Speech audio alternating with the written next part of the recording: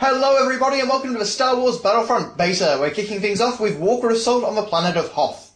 Now I'm going to be doing a video on each of the modes that is available in the beta. So that's Walker Assault, Drop Zones, and I believe it's called Survival, which is basically the Horde mode of the game. And I'm basically just going to be showcasing all the different things that I experienced during my time with the beta. I only really got the chance to spend a few hours on it, but I definitely got to experience pretty much everything that I wanted to. So, we're going to have AT-ATs, Luke Skywalker, Snowspeeders, Rebel side, Empire side, pretty much everything you'd want to see on Hoth, I would say. So, when you're playing each side, you have a different goal in Walker Assault.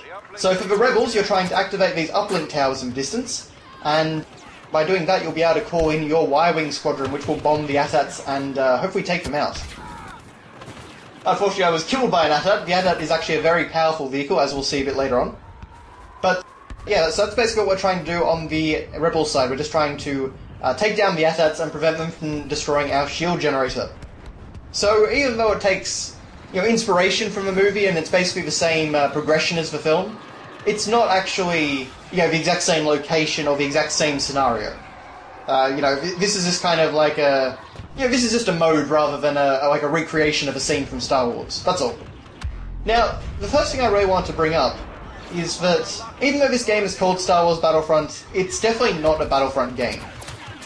And there are several reasons for that, and I'll probably get to them throughout the video. But basically I just wanted to say that anyone that likes Battlefront 1 and 2 like I do, this is definitely not Battlefront 3. This is not more of the same. This is definitely much more in the vein of Battlefield, Call of Duty, anything that really belongs to that sort of modern military shooter approach. And there's a ton of reasons for this. You have a multiplayer focus rather than single-player content, it would seem. The fact that it defaults to first-person rather than third-person. The unlock system, the progression and design and mechanics, and this general feel of the game. It's definitely not what you would expect from a Battlefront game.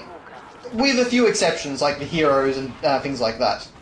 So, one of the weird things in this game is that to unlock or to gain access to vehicles or heroes, it's not like it was in Battlefront. It's not you can just find a vehicle and hop in, or you can do really well and then get a hero as a reward. No, you actually have to find completely random pickups that are just scattered and spawned randomly across the battlefield. So you can see that I'm actually getting Luke Skywalker now. This is my 7th match, and this was, I believe, just the second hero token that I had seen at all. They are very, very rare in my experience, and certainly the randomness is not an element that I'm fond of. Compared to Battlefront 2, if you got a hero, it was because you were doing well. And I think that was actually a good reward. Now, of course, it may have meant that everyone didn't get a chance to play the hero, but at the same time, I actually feel like probably more people did get a chance. I certainly used to get a chance, and I was not very good at the game, playing it on my PlayStation 2's online. But you can see that with Luke, we actually can do a bunch of things. We can block laser blasts, we can do a forced dash, we can do a forced push, we can do like a little spinny attack with our lightsaber like that. We can do a swing attack like that. You feel really powerful as Luke, and it's really great fun. This is honestly the most fun I had in the entire beta. This 1 minute of Luke Skywalker. I think actually partly because it reminded me of playing Jedi Academy and Jedi Outcast. Just because I was this really powerful Jedi versus all these stormtroopers, and that felt really Star Wars. So I actually I wish there was just like a single player mode where you got to play as Luke and fight your way through armies of stormtroopers and things like that. I think that would be really fun. But yep, that came to a close pretty quickly, as you saw. So the heroes are powerful, but they're not indestructible, and I actually think they got the balance quite good on that. Now you can see me there using one of my star cards. That is the jump pack. And the jump pack is unlocked at rank 5, which is the maximum rank in the beta. I'm going to be showing off a bit more of the star cards and ranking system and all that in my second video about the drop zone mode. And so star cards here, you can see me using the jump pack on R1. And the other star card I have is my Cycler rifle, which is basically a sniper. And that is on L1. So I press L1 and I immediately get that gun. I just kind of switch over instantly. So it's actually a pretty cool system in my opinion.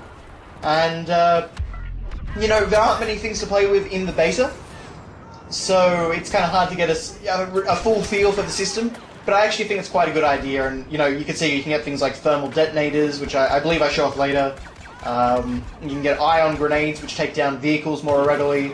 Yeah, there was some cool stuff, and there's also like a, what would you say, like a sort of a class-based thing. You see that there's a top card missing there at the very top, and that is, it's basically like your sort of quasi-class. Because there's one in the beta called Sharpshooter, and basically what it will do is it will regenerate your abilities faster when you get headshots and things like that. So, there is definitely some customization in your loadout. And the other thing you can choose, of course, is your blaster. I'm not exactly sure of the name that I'm using, the name of the one that I'm using, but I quite like it. It's the one that I unlocked at level 4, I believe, or rank 4. Yeah, the rank 5 blaster was pretty expensive. Unfortunately, not doing super well here. I got blown up a few times. But you can kind of just see the scale of that ATST, and that's actually something the game gets really, really good. This is the best scale I've ever seen in a Star Wars game. And that is really cool. And of course, you know, as you can blatantly see, the game looks fantastic. You know, I'm playing it on the PlayStation 4, as I mentioned, so it's not, you know, PC quality. But it still looks gorgeous, and, you know, despite being pop-in or things like that, you know, the visuals are just amazing.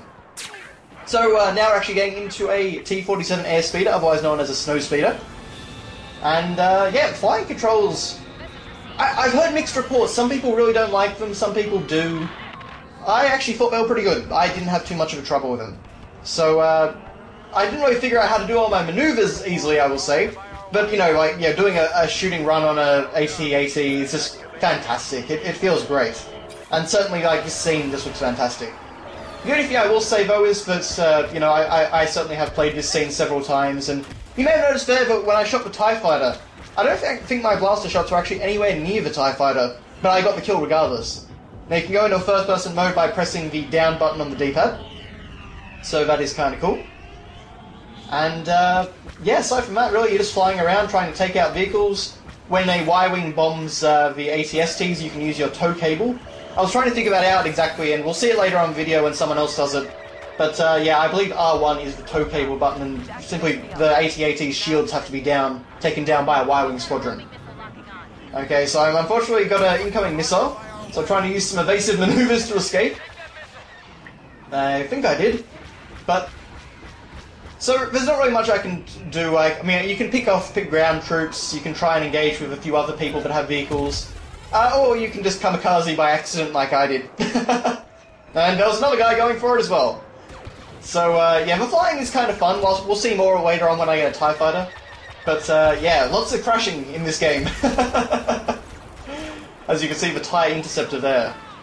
But, yeah, so all that now is just completely random pickups, and I don't like that. I think vehicles should just be something that are available, they're accessible on the ground, and people can just get in them. Because I feel like that works much, much better. In fact, actually, I should say that in my, I think it was 8 matches of Hoth, the only vehicles I ever got, I got a TIE Fighter twice, one of which lasted about 2 seconds, as we're going to see, and I got a Snowspeeder, and that was it over the course of 7 or 8 matches. So, yeah, compared to like the old Battlefront games, I'm definitely not being able to use vehicles as much as I would like. So that, yeah, just something to keep in mind there. There was something else. I've actually got a page of notes here that I kind of took while playing the game. So, something I kind of thought is that maps kind of feel a bit too big, in my opinion. Oh, actually, sorry, you can see that the guy there was just doing the tow cable, but I think it may have broken. Oh no, there he goes, and down the AT-AT goes, so they've lost one of theirs. That's pretty cool. Okay, so yeah, as I was saying, I feel like the maps in this game, they kind of feel a bit too big and empty. I mean, like, this section right here, this trench area, was always generally very busy. But there are some areas where, you know, you're kind of miles away from anything and you just gotta walk for a while. I should say I actually cut out those sort of parts from this video just to make it more interesting and fast-paced. But, yeah, there is actually a lot of walking in this game. And that can get a little bit dull, in my opinion. I feel like the maps just need to be condensed slightly more. And that was also the case on Sullust as well, as we'll see on that map. There's a lot of times where things just kind of won't happen. Or there's a lot of times where you'll just get sniped instantly after spawning. So, yeah, that's one of those things. But you can see that I'm already max rank in this match, but I still get all the experience. Of course, the experience in this game actually then translates to credits. So that's kind of nice. Alright, so now we're going to check out the Imperial side. And now on the Imperial side, we're doing the opposite. So we have to wait for our... We've basically got to make sure our AT-ATs survive. So you've got to keep uplinks offline. So if the rebels turn them on, you've got to turn them off. And you've got to try and defend the AT-ATs from rebel attacks during bombing raids. I have no idea how you do that, mind you. Because, unless you find a vehicle token, you can't really take out the flying vehicles at all. But, yeah, just one of those things, I guess. So, I think overall, in a lot of ways, I preferred playing Empire. Of course, Empire kind of has a little bit more of a... I guess I have more of an advantage or something, but I felt like I maybe got vehicles a bit more often in Empire than I did in Rebels and stuff like that, so... Anyway. But, yeah, as I was saying, I feel like, the maps might need to be condensed, and, something that I particularly noticed right away in this game is that you can't choose where you want to deploy. And, there's nothing that gives you, like, an overview of the entire map so that you can kind of learn the landscape. And there aren't really any, great landmarks, or at least not too many anyway, like there's Echo Base and stuff like that. But I have no idea where Echo Base is in relation to where I am right now, for example. So there's stuff like that, like you can't actually choose where to spawn. As I basically found in the game, I might spawn near the action or I might be very far away. And there's also a system where basically you're assigned a partner, and you can spawn at that partner's location. And in Drop Zone that worked okay, for the most part. But the problem is, no matter what, I never actually know where my partner is. So am I better to, just quick spawn? Or am I better to quick partner spawn? I honestly do not know. And there's nothing that really gives me information about that. So, it's one of those things that I really think that's something they could learn from the original Battlefront games. Or, in fact, even the old Battlefield games, for that matter. Which is a little bit odd when I think about it. Another problem that I kind of found with this game is that, and it's a usual problem, it's something I don't like about modern multiplayer games. Oh! Hello! I don't know what exactly happened there to that AT-ST, but, yeah. I kind of like to think he's maybe, trying to do a moonwalk or something. I don't know, but yeah, there's my thermal detonator, taking out a group of guys, and that is actually the moment when I reached rank 5. Very happy to have that on camera. But, yeah, so I'm just disabling an uplink, and getting some good experience from it. Although, even though you can get some good experience in Walker Assault mode, I definitely feel like Drop Zone on Sullust is much easier to grind. So, I think that's the best way to probably do it. And actually, there's a little mini-game you can play when your gun overheats, which is kind of cool. Because, basically you can, I think it's called Active Reload or something like that. Or someone called in Orbital Strike there. But yeah, with Active Reload, basically what happens is once your gun overheats, there's a small point where you can press the square button, or I believe the X button on the Xbox One controller, and you will instantly reload your gun. And that's just a really cool feature, I think. And actually, the guns, the way they work does certainly separate it from other, other shooters in the market right now. But you can see there, by the way, that guy just combusted.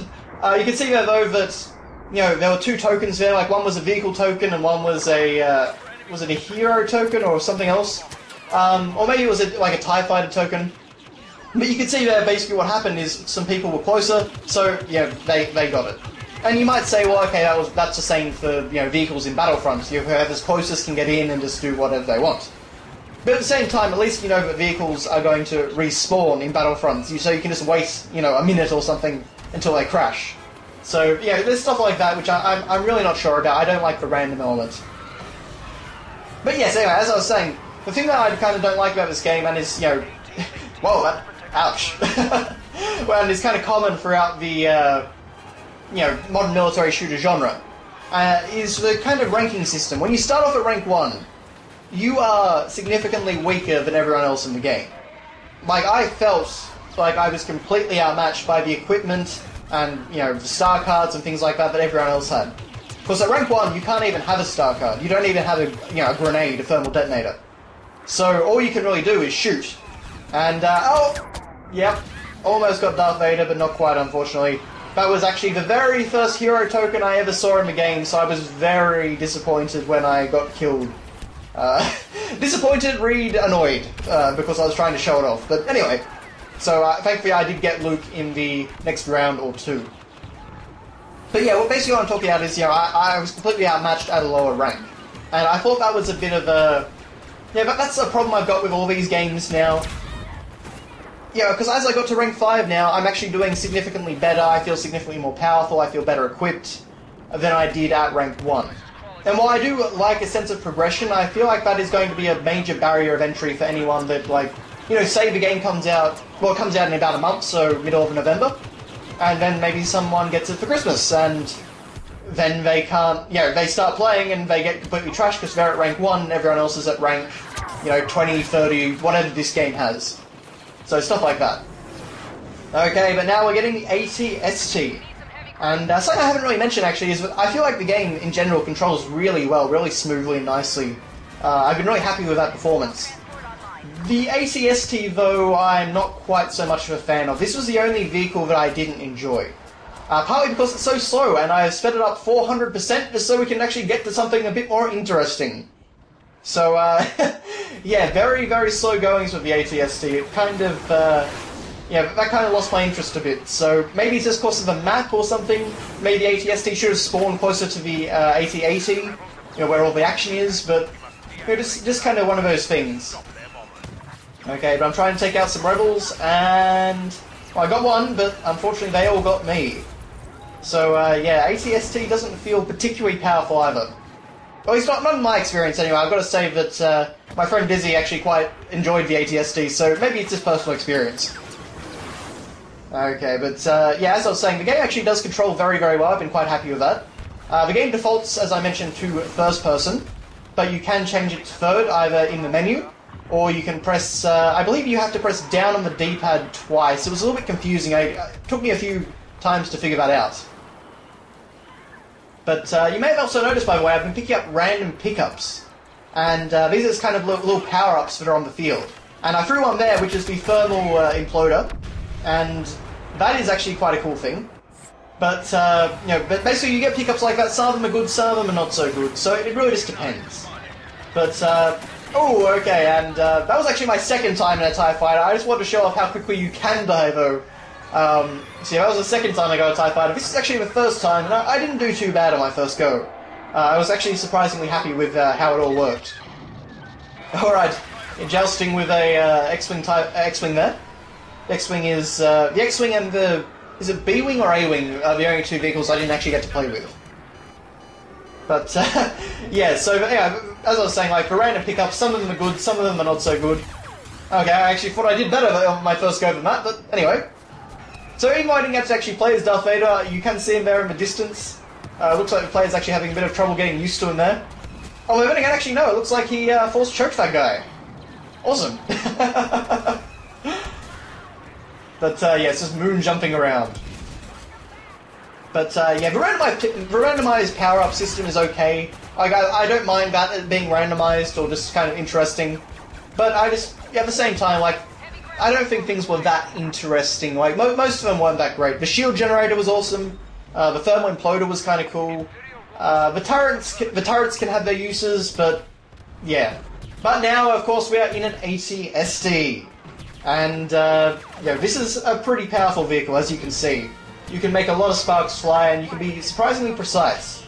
There are actually 3 different modules in the AT. And this is kind of one of those things that confuses me, though, because there are 3 modules. I'm not actually sure what the top one does with triangle. The turbo lasers are pretty cool, though. I must be able to, like... Oh, now that I look at it, there was actually a bit of a blue targeting thing, so maybe I can call down an orbital strike. Oh, I apologise for that, then. Or maybe I accidentally did just there. But, anyway... So the thing about the AT-AT that confuses me is that there are actually, you know, there are 3 different weapon slots, and only one person can actually drive it at one time. Yeah, you just back off there, buddy. So one of the cool things about Battlefront 1 and 2 is that multiple people could enter a vehicle. And, oh, I took out Luke there. Multiple people could enter a vehicle, and that was really fun because you kind of, you know, multiple people could control different guns and you could work together. Whereas this, they just give you the AT-AT for a minute if you get the token. So, you know, I kind of would have liked that more cooperative aspect, and you could have all the guns firing at once. That'd be cool. But, let's see. One thing actually I do find really funny, just to finish on, is that, periodically and spontaneously, the game kind of plays John Williams music, just kind of to remind you that you're playing a Star Wars game. Yeah, that's not really a big issue. You know, you were blatantly playing a Star Wars game in Walker Assault, but certainly I think on Sullust that's a bit more of a a contentious issue. But victory! The Empire has won. And you can see we get this nice little cutscene where we get to destroy the shield generator.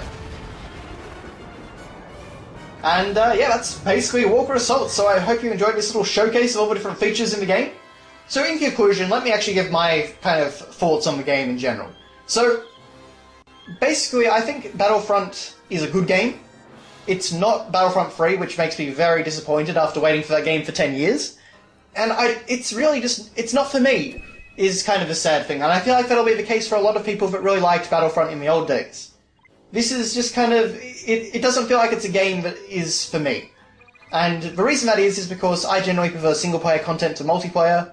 I know there are a lot of people out there that feel the same way. I just kind of want to do instant action skirmishes, I want to play a story mode, have, you know, specific missions to go on and stuff like that. I don't really want to be playing online all the time, so, you know, that's just kind of one of those things. It's, I wish that this was kind of a bit more of a game that I wanted it to be.